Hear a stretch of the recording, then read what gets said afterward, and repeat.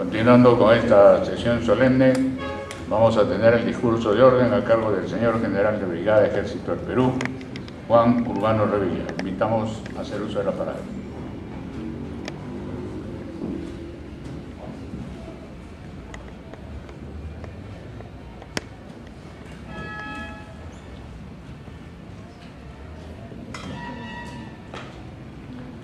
Señor General de Brigada, don Germán Hamann Carrillo, presidente del Centro de Estudios Históricos Militares del Perú. Señor Contraalmirante, representante del Ministro de Defensa. Señor General de Brigada, representante del Comandante General del Ejército. Señor Mayor General de la Fuerza Aérea, representante del Comandante General de la Fuerza Aérea del Perú. Señor Contraalmirante, representante del Comandante General de la Marina de Guerra del Perú. Señor Contraalmirante don Grau, miembro número del Centro de Estudios Históricos Militares del Perú. Señores oficiales generales en situación de actividad y retiro. Señores miembros de número y miembros correspondientes del Centro de Estudios Históricos Militares del Perú. Señores oficiales superiores, subalternos del Ejército del Perú, Marina de Guerra del Perú, Fuerza Aérea y Policía Nacional del Perú. Señores técnicos y suboficiales de las Fuerzas Armadas y Policía Nacional del Perú. Señoras y señores, guerreros preincas, guerreros incaicos, Manco Inca en Vilcabamba, 1536-1572, Juan Santos Atahualpa en Selva Central, 1742-1752, Tupac Amaru en Cusco, 1780-1783, Aguilar y Ubalde en Cusco, 1805, Cela en Tacna, 1811, Crespo y Castillo en Huánuco, 1812, Payardelli en Tacna, 1813, Hermanos Angulo y Pumacagua en Cusco, Puno, Huanta, Apacheta y Humachiri, 1814-1815, Cerro de Pasco, 1820, Pichincha, 1822,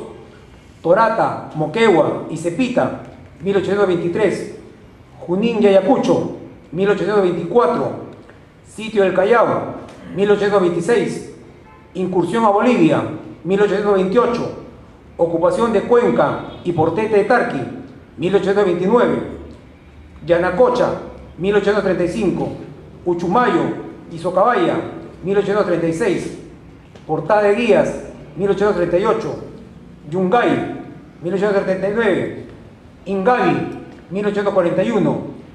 disuasión de pretensiones del Ecuador y expulsión de la invasión boliviana, 1842, ocupación de Guayaquil, 1860, Callao, 2 de mayo, 1866, Pisagua, San Francisco y Tarapacá, 1879, Los Ángeles, Alto de la Alianza y Arica, 1880, San Juan y Miraflores, 1881, Marcavalle, Bucará, Concepción y San Pablo, 1882, Huamachuco, 1883, La Pedrera, 1911,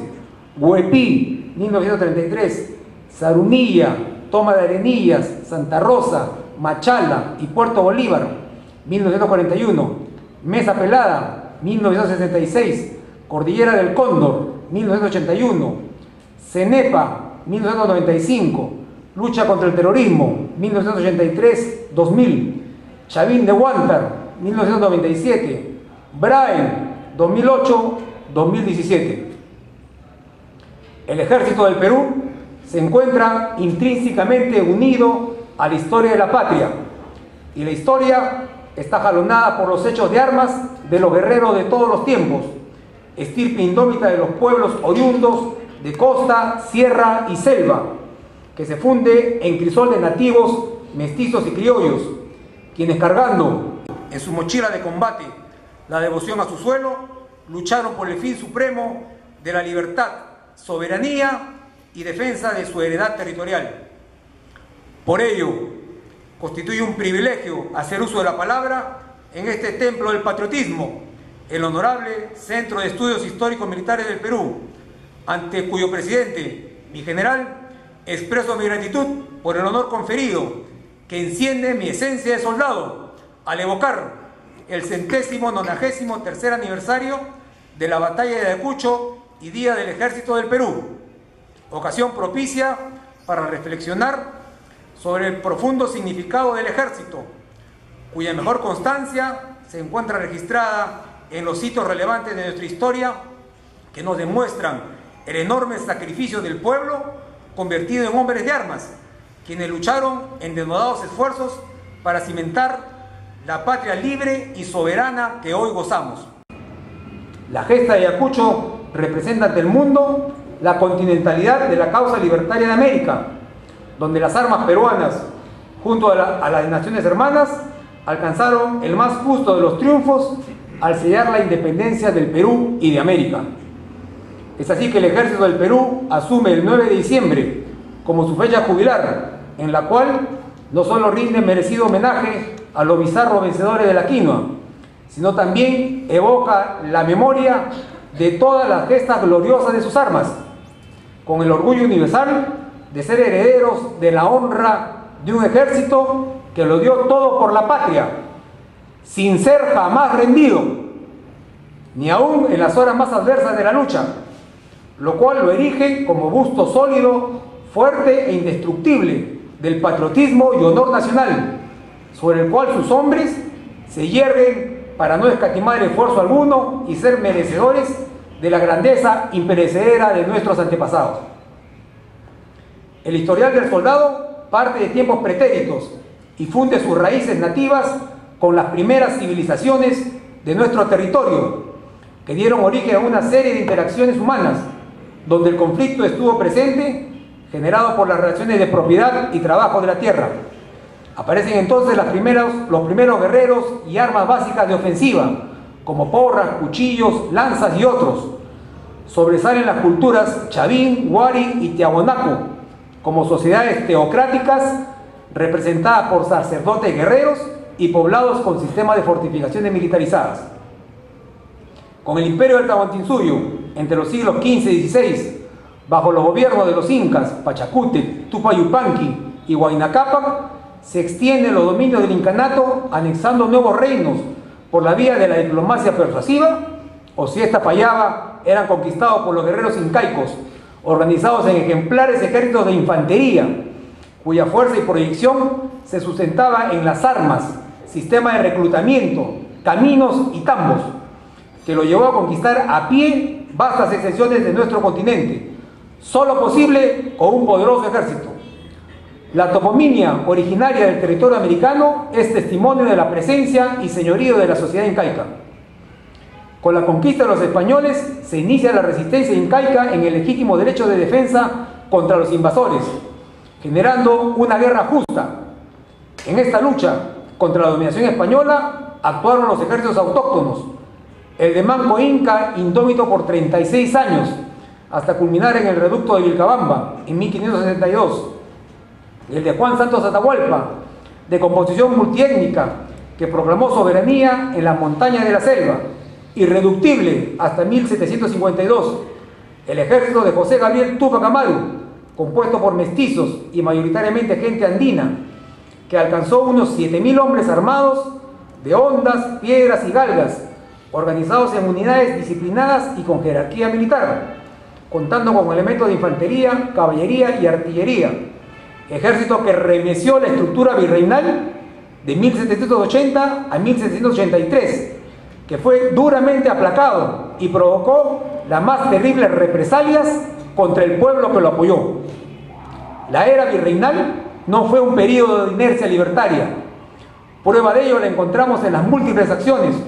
que durante los siglos XVI, XVII y XVIII emprendieron los pueblos nativos en su lucha latente con el propósito de reconquistar su libertad, participando en más de 190 enfrentamientos, rebeliones, sublevaciones, conspiraciones e insurgencias contra la dominación colonial, a la que se adhieren mestizos, criollos y demás pobladores, hechos suscitados antes de la llegada de las fuerzas militares de San Martín y Bolívar. Si bien la derrota de estos rebeldes nativos abatió los intentos de reconquista, es posible afirmar que se generó el impulso de una conciencia propia del nacionalismo, y se asentó una doctrina militar oriunda que luego continuaría siendo empleada en las acciones de la independencia. En esta titánica lucha,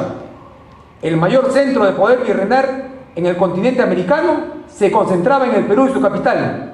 y desde 1809 las fuerzas realistas emprendían también las campañas contrarrevolucionarias a las periferias de Quito, La Paz y Chile. Surge entonces el alzamiento armado de Francisco de Sela en Tacna, de junio de 1811, que con milicias urbanas y campesinas proclaman la independencia, generando la rebelión a las espaldas del ejército realista del Alto Perú. Pero este movimiento es derrotado. Pese a ello, las insurrecciones en suelo peruano continuarían, con Juan José Crespo y Castillo en Huánuco en 1812 y Pallardelli nuevamente en Tacna en 1813, movimientos también sofocados. No obstante, las acciones realistas, la efervescencia por la independencia continúa,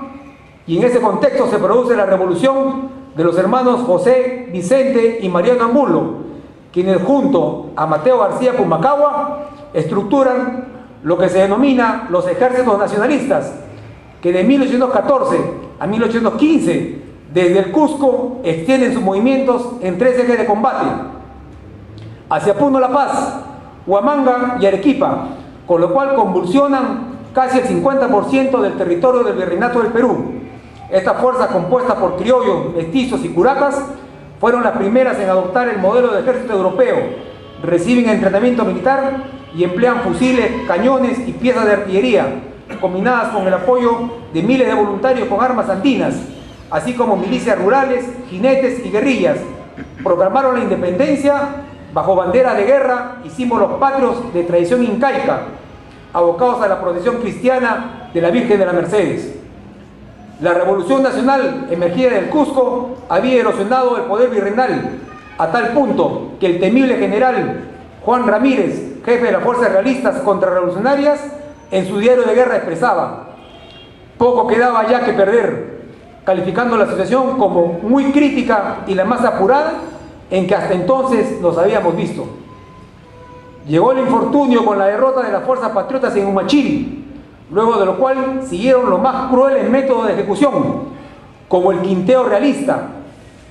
inútil barbarie que no pudo menguar la resistencia de los pueblos como Azángaro y Asillo, de lo cual refiere el coronel español García Camba, presente en los combates. Volvieron a reunirse los tenaces indios en el pueblo de Asillo, no muy distante del de Azángaro, donde tenían construida una especie de fortaleza de triple recinto, y en ella se aventuraron a esperar, no obstante el castigo impuesto a los prisioneros de Azángaro, que fueron quintados sobre el lugar de combate y pasados por las armas aquellos a quienes señaló la suerte con el número fatal. No obstante aplacada la revolución, que terminó con las acciones propias, la agitación por la independencia se mantuvo latente en los pueblos y siguió un curso irreversible en el tiempo. Más aún, se forjó la base de una doctrina militar mixta, oriunda europea, que se optimizaría en los próximos ejércitos de la independencia. A continuación, en la Guerra de la Independencia, encontramos las primeras lesiones históricas con la participación de los ejércitos forjados a partir de la República.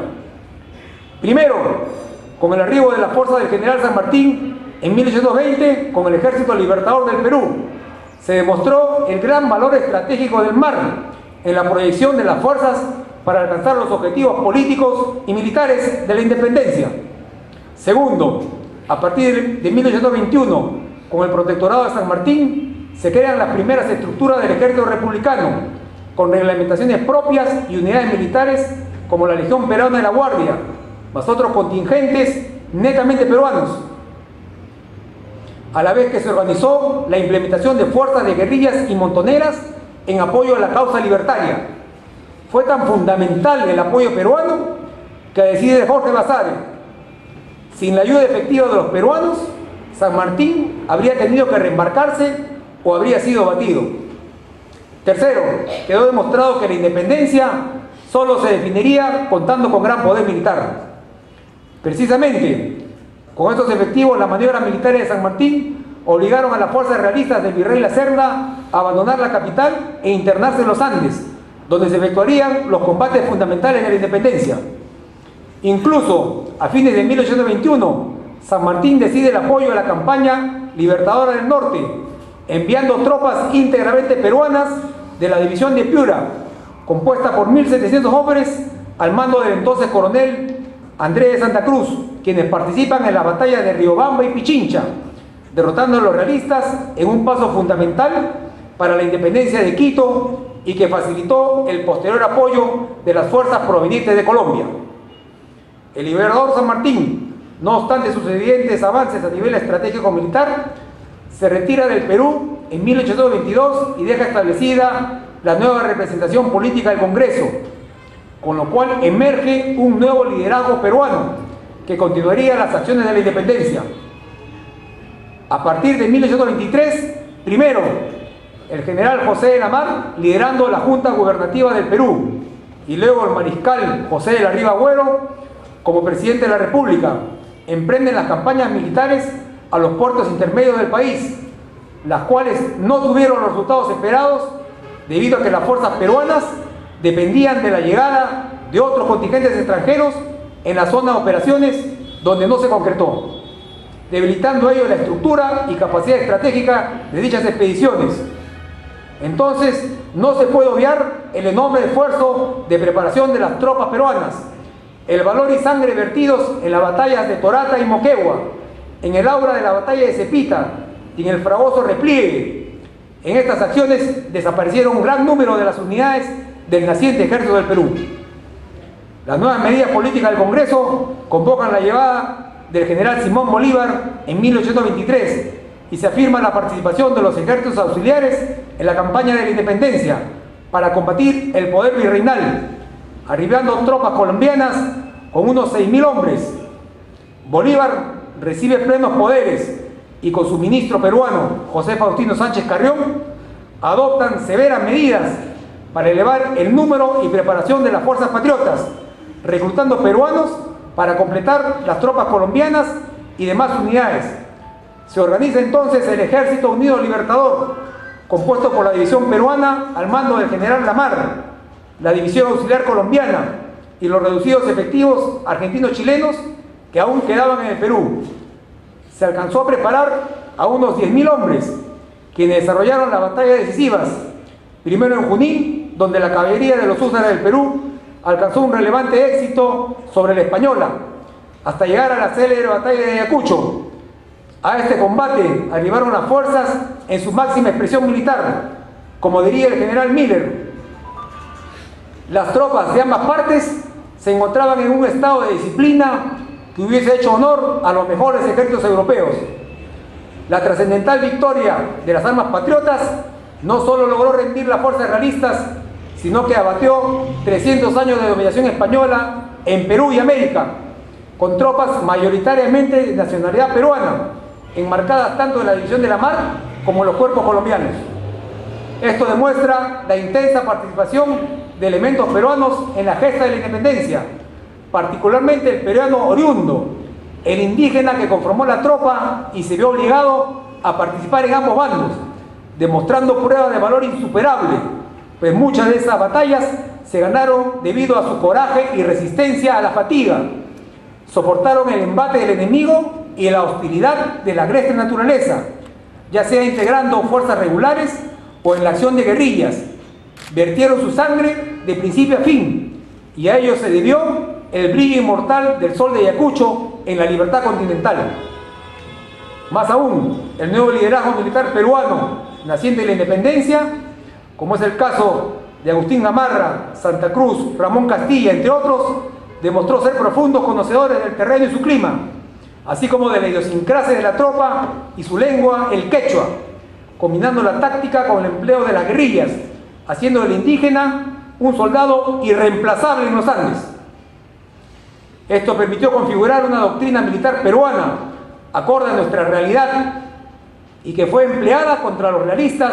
en la batalla de la independencia, forjando así el ejército republicano,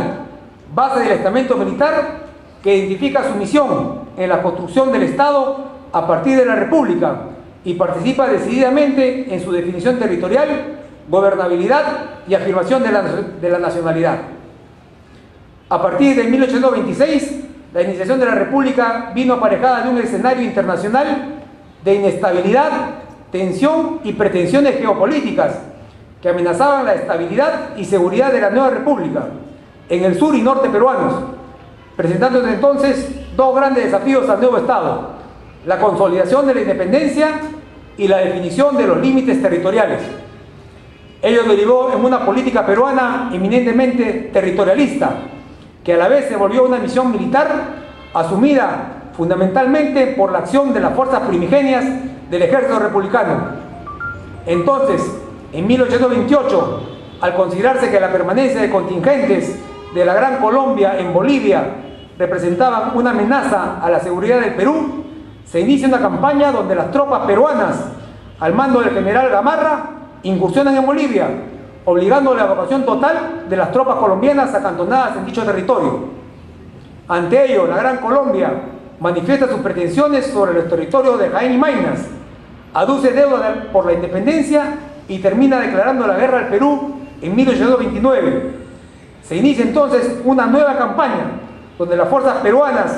de mar y tierra cruzan la frontera norte, ocupando territorio colombiano. Como resultado de la salida de Guayaquil, Cuenca y el portete de Tarqui, no solo se define esta frontera, sino que la presencia de nuestras tropas en el norte impidieron los peligros de una invasión gran colombiana, preservándose nuestra integridad territorial. De 1836 a 1839 se estableció la Confederación Perú-Boliviana, vasto proyecto republicano que, a pesar del propósito de estabilidad y restablecimiento de la antigua unidad social y territorial, provocó inestabilidad y tensiones geopolíticas, debido a que el Perú ingresó dividido en dos estados,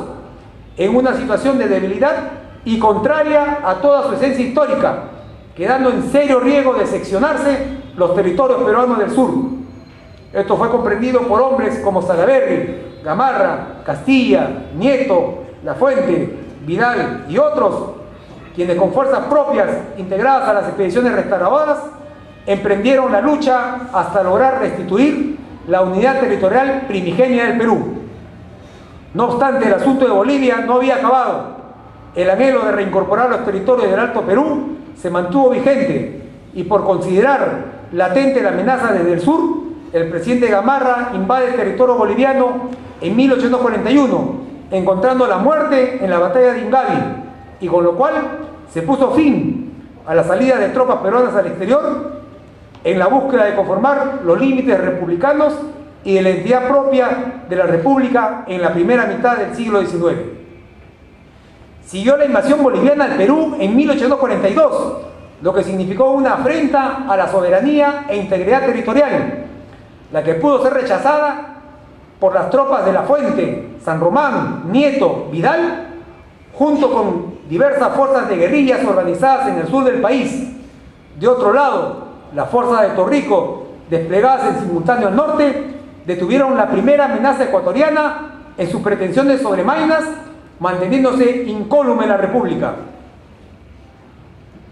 A partir de 1845, con Ramón Castilla en el poder, se logró afirmar el gobierno y establecer el espacio territorial definitivo de la República temprana. Más aún, del magnífico Plan de Defensa Nacional del periodo del auge peruano que Castilla iniciara entre 1848 y 1876,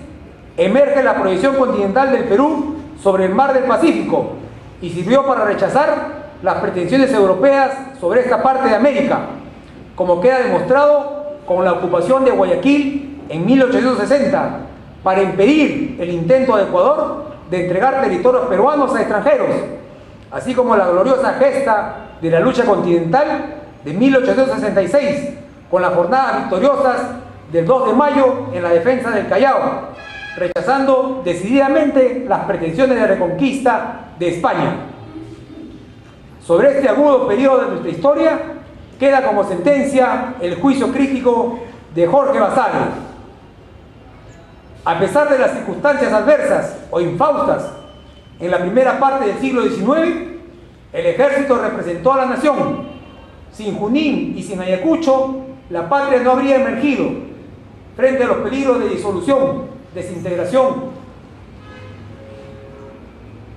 Los hombres de uniforme preservaron a la persona nacional. ¿Qué habría sido del Perú sin el ejército durante el largo periodo que va desde las crisis internos nacionales de 1827 y 1829 hasta las de 1841-1842?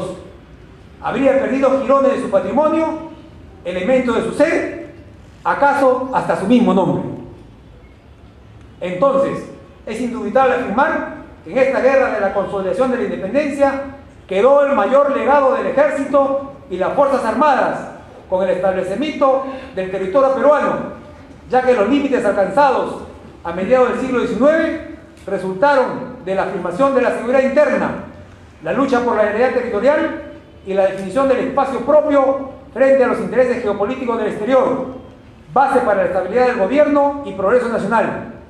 Es decir, la generación de los hombres de espada de la independencia cumplió su deber, entregando un Perú sólido, grande y continental. Más aún, al recorrer la amplitud territorial, superaron la agresividad geográfica, llevando siempre el lenguaje unitario del Perú, acogiendo en su seno a la diversidad del pueblo, con lo cual dio paso fundamental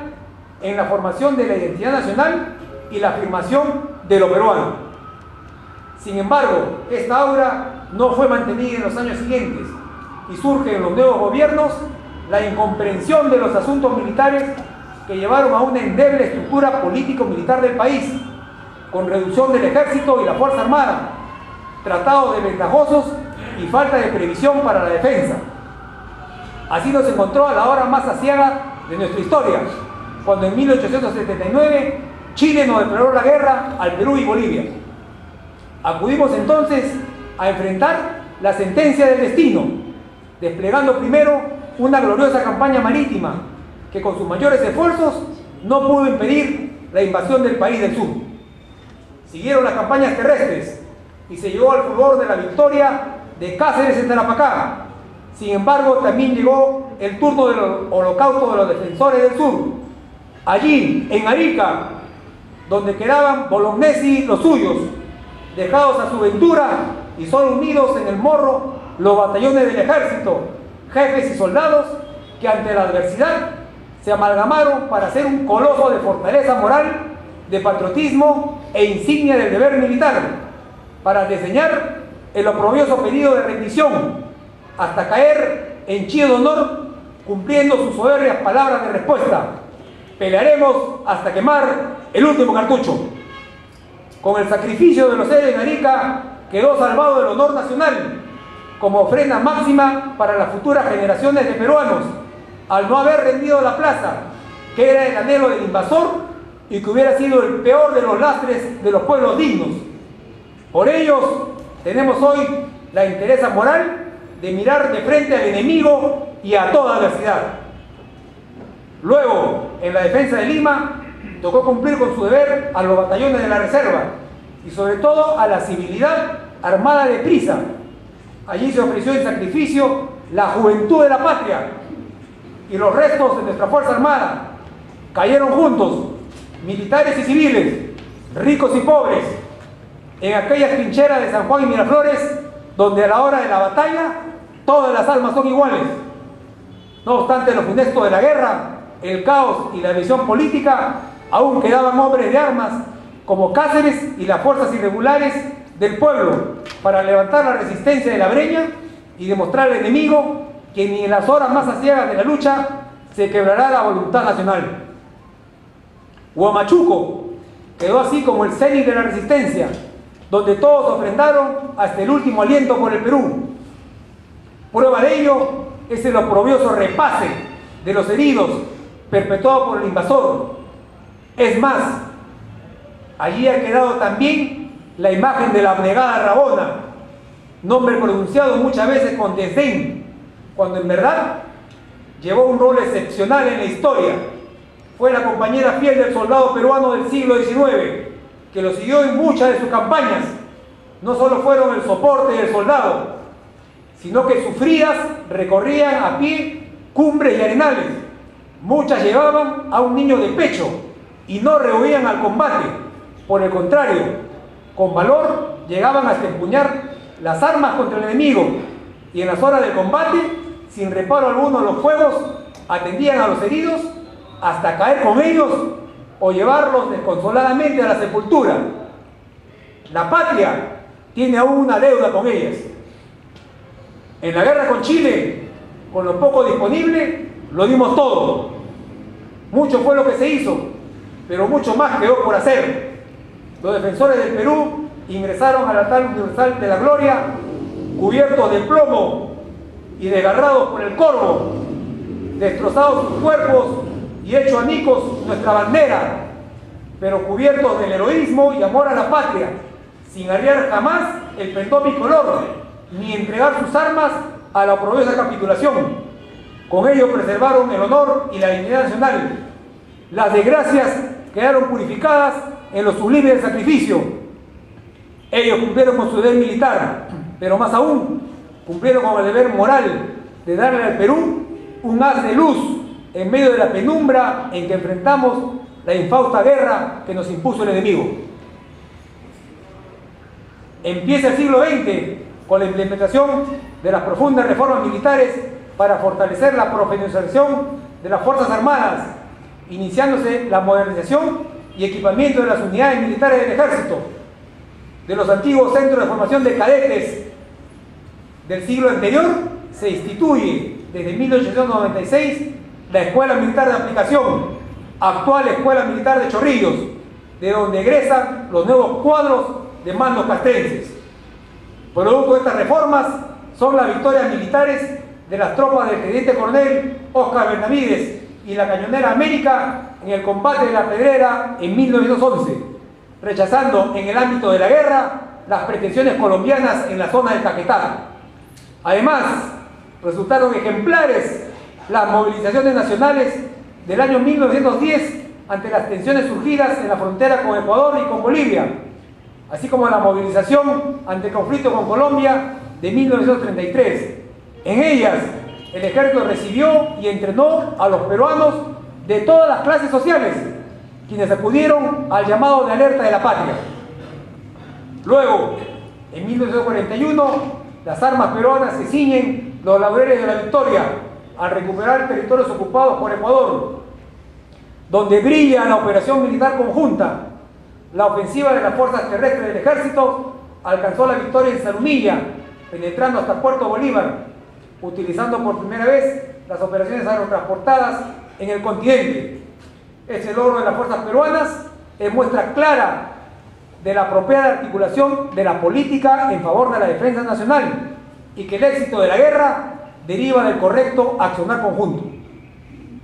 En décadas recientes, los asuntos de la frontera norte con el Ecuador y la falta de demarcación se mantuvieron latentes hasta llegar a dos conflictos internacionales. El primero, en 1981, en la cordillera del Cóndor, donde las infiltraciones fueron decididamente rechazadas gracias al soporte de la importante renovación del equipamiento militar de la Fuerza Armada efectuada en la década del 70 y el empleo conjunto del Ejército y Fuerza Aérea con el apoyo de la movilización de la Escuadra Naval. El segundo, en 1995, en el CENEPA, donde ante nuevos ataques ecuatorianos, con enormes esfuerzos y sacrificios de hombres de combate y aviación, se logró expulsarlos de las zonas invadidas y establecer las negociaciones que llevaron al cierre definitivo de la frontera norte del Perú. En este último enfrentamiento, las operaciones militares implicaron un arduo despliegue estratégico de las fuerzas de tierra, mar y aire, que estando empeñadas en operaciones contra el terrorismo de la época, tuvieron que afrontar operaciones de guerra convencional focalizada, pese a las evidentes necesidades que demandaba nuestro material de guerra. Queda claro que la seguridad nacional es previsión constante en el tiempo y que las acciones se presentan simultáneamente en dos frentes y que el hombre de armas siempre acudirá presto a cumplir su deber. El escenario de la lucha contra el terrorismo, librada a partir de 1983, representó una intensa participación de la Fuerza Armada en defensa de la democracia y derecho al desarrollo pacífico de los pueblos. lo que ha sido asumido por los hombres de armas con el sacrificio, sudor y sangre de sus componentes, hasta llegar al ansiado estado de paz y seguridad interna hoy alcanzado. En esta coyuntura sobresale nítidamente la operación militar Chavín de Huanta, cuyo exitoso rescate de rehenes la ubican como una de las mejores operaciones del mundo, orgullo del Ejército y la Fuerza Armada del Perú. Es menester afirmar que el Ejército también es actor del desarrollo del país, desde los albores de la República, en el establecimiento de puentes, caminos, ciudades, hasta la colonización de la selva peruana. Y es a partir de 1947 donde los batallones de ingeniería participan orgánicamente en los trabajos de la red vial nacional, construyendo y manteniendo más de 11.500 kilómetros de vías, así como instalando infraestructura aeroportuaria y desplazando unidades militares de asentamiento rural en zonas de frontera. Ello demuestra que el Ejército también lleva implícito su rol de contribución al progreso, manteniéndose en el tiempo como el brazo fuerte del Estado y mano amiga de la población. En los últimos años, la Fuerza Armada sigue siendo decidido actor de los destinos peruanos, donde el Ejército, además de la lucha que mantiene en el BRAEN contra el narcoterrorismo, desarrolla tareas adicionales en nuevos frentes, como la preparación para acudir presta en apoyo ante desastres naturales, la creciente contribución de unidades en contingentes de operaciones de paz en el marco de las Naciones Unidas, entre estos la acción realizada durante años por la Compañía de Infantería en Haití y recientemente la Compañía de Ingeniería Perú, con la misión de estabilización en el África, República Centroafricana. Así también el Ejército materializa la presencia peruana en la Antártida con la mantención de la estación peruana Machu Picchu en la región austral del continente, reafirmando con ello su desempeño eminentemente profesional ante los retos nacionales y de proyección internacional a favor de los intereses del Perú. Compatriotas, como corolario en tan magna ocasión, motiva a presentar las siguientes reflexiones finales. El Ejército se nutre de su evolución histórica, demostrando que constituye un verdadero crisol de su pueblo, que recibe la heredad de los guerreros de sus culturas milenarias, hasta llegar al soldado que a través de los tiempos está presente en todos los avatares de la patria. Queda así registrado a través de la historia que el pueblo es el Ejército y el Ejército es el pueblo. El Ejército es depositario de la continentalidad de la causa de la independencia. Tiene el privilegio de unir las armas peruanas con las armas de las naciones hermanas por la libertad de América, con lo cual forja una doctrina militar propia,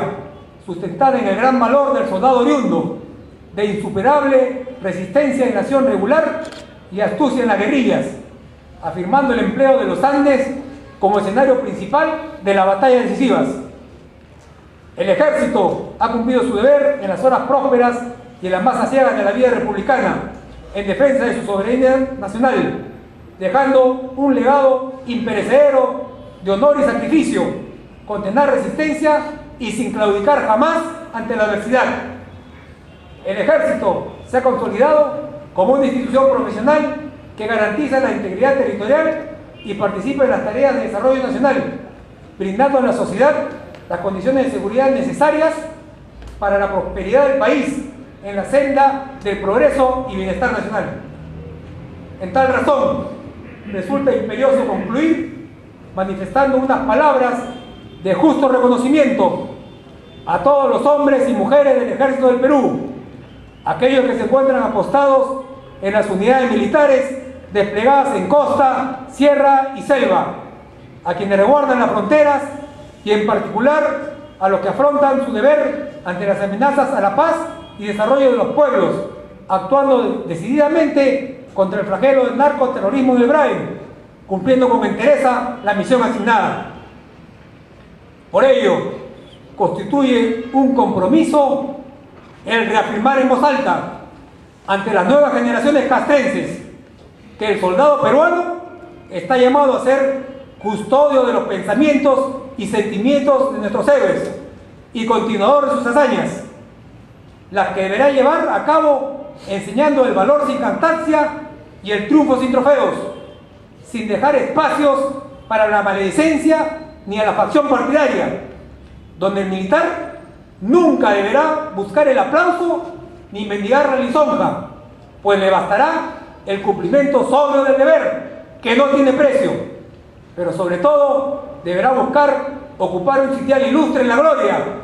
donde se hallan los vencedores de Junín y Ayacucho, Francisco Bolognesi, Alfonso Ugarte, Leoncio Prado, Andrés Avelino Cáceres y tantos otros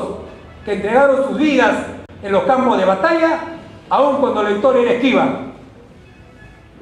Que las gestas de los defensores de la patria continúen guiando los pasos de los hombres de armas y reafirmen en la mente y corazones de todos quienes llevamos al ejército del Perú apretado en el alma nuestra firme convicción para desde nuestro sitial seguir dando los mejores esfuerzos por la prosperidad y grandeza de nuestra amada nación. Honor y gloria al soldado de todos los tiempos. Loor a los vencedores de Ayacucho. ¡Viva el ejército! ¡Viva! ¡Viva el Perú! ¡Viva! Muchas gracias.